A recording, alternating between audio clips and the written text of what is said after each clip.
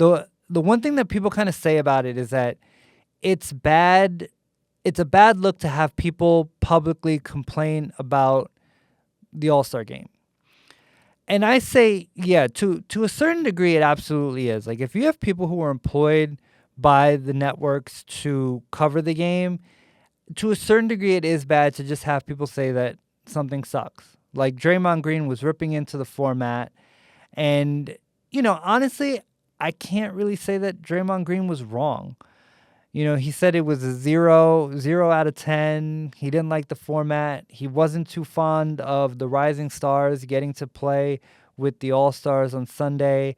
I agreed with that. Like, Rising Stars are Rising Stars. They're not necessarily stars right now. So, I agreed with the point that he was making, that they shouldn't be playing and that the format, sucked. It's just that I feel like the thing that a lot of people miss when it comes to the All-Star game is that the All-Star game is not an isolated, incident or an isolated event. Like, it's a product of the league allowing a lot of bad habits to become norms around the league. I remember years ago, one of the first teams that decided to rest players during the season was the San Antonio Spurs. And look, I'm sure for years there were always times where if a guy was dealing with a nagging injury or something, they'd try to find him a game to sit him or whatever. I'm sure it always happened. It's not brand new. But the Spurs were the first team to kind of make it really public and really a thing that, hey, we're sitting these guys. Because I remember there was, I want to say, a while ago, it might have been like 10 years or something like this, a while ago now, the San Antonio Spurs had Duncan Parker Ginobili, and they were going to Miami to play the Heat. And I remember they sat all three of them. It was a nationally televised game on TNT. And I remember a lot of people complained about it at the time. And, at the time, the thought was like, yeah, that's kind of messed up that they sat during a nationally televised game. But it was like they were older players, and Pop was kind of doing what he thought was right for the team. He thought it was right in order to get through the whole season to take these older players and give them a rest. Now, it was a little, it was controversial that it was a nationally televised game against the Miami Heat, who they could be facing in the finals. It could have been a finals preview, everything like that. But, nonetheless, it was their plan, and it was fine. And I remember after they did that, there were other times where players sat and things like that. I, in fact, remember there was a time where I said, okay, this might be getting a little bit out of hand in terms of resting players. There was a game where the Brooklyn Nets, they had Brook Lopez as their best player. And we weren't even 10 games into the season. We might have been 5 or 6 games into the season. And I remember the Brooklyn Nets basically saying ahead of time that they were going to sit Brook Lopez for a game. I don't remember if it was the second night of a back-to-back or if they were going on a road trip and they were going to rest him after, at the beginning of the road trip or something like that. But I just remember saying to myself that, the league's got to be really careful with this, because if teams start doing this on the norm, then, everything is going to, everything around the league is going to look really bad if you have players, sitting games when, they're healthy enough to play. Everybody kind of goes through something, but if they're healthy enough to play and they're sitting, it's going to look really bad. And little by little, more teams did it, more players did it. And even at the start, I think that players got the benefit of the doubt, and players were given it because, if you listen to a lot of media back then, a lot of media, I think, were putting it on coaching staffs, executives, medical staffs, things like that. They were saying, oh, these guys have to sit, they can't play, everything like that. So, things kind of went on, and it was kind of I wouldn't say it was accepted. People didn't, people weren't like ready to like stop watching the league, but it was kind of like, don't like it. I truly believe though when Kawhi Leonard won that championship in Toronto, I feel like the resting players habit got really bad after that. Because once a player basically got traded from one spot to another because he didn't really like the way a team was handling his situation, and the new team that he was on basically was willing to go with whatever plan that him and his people came up with.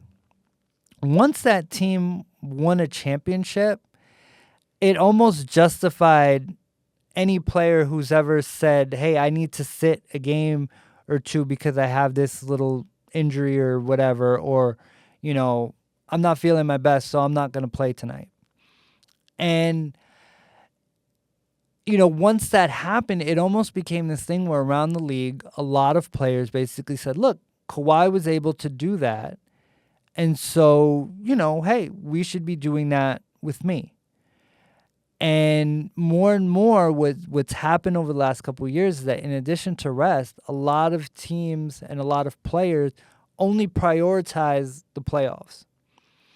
And so when players did that and started prioritizing the playoffs, if your team was already in a playoff position, if you were one of the top, say, 6 teams in the league or whatever, you weren't really fighting to make the playoffs throughout the season. You were just trying to stay healthy. So sitting players just became an accepted norm because everybody was like, the focus is the playoffs and winning a championship.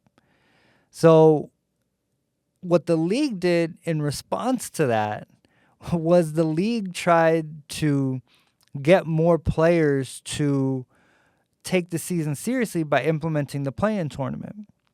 Now, in theory, the play-in tournament was it's a good idea. However, the problem with the play-in tournament is that in a league where you already have 8 teams making the postseason, and before I say this, I'll say this. If you make the play-in tournament and you're playing after you play your 82 regular season games, you have made the postseason.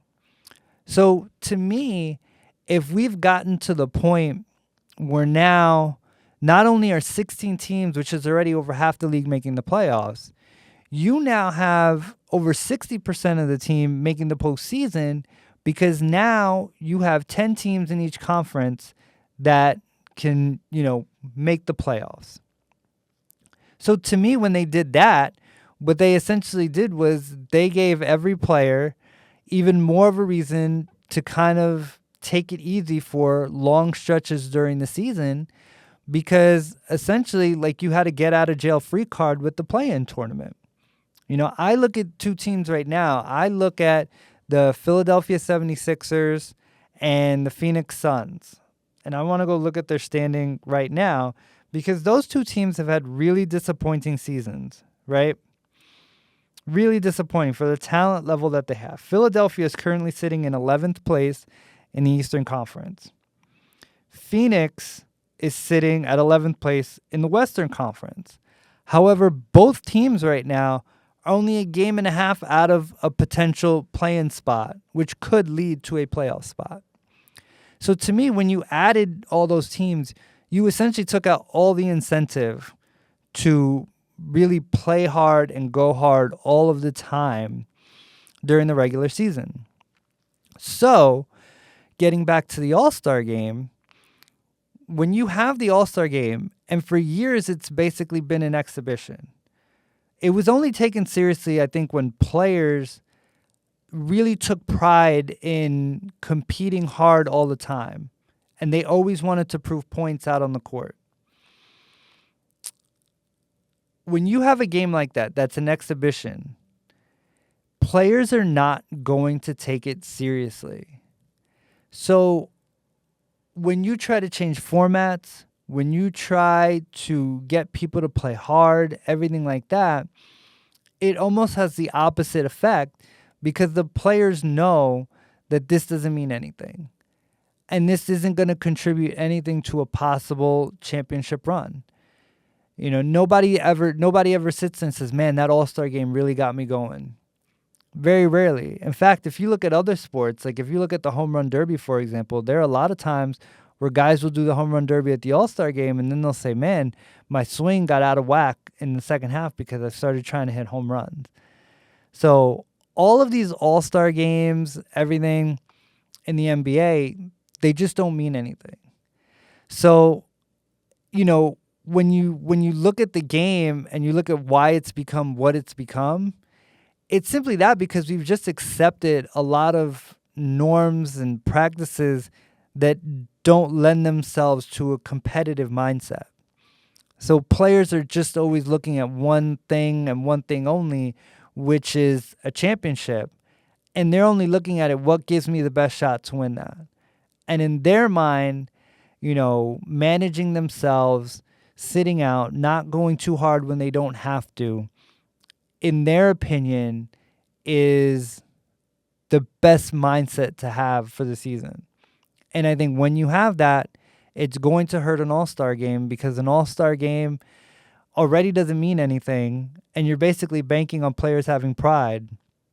But when players basically say, "We don't care," the All-Star game is not going to be great.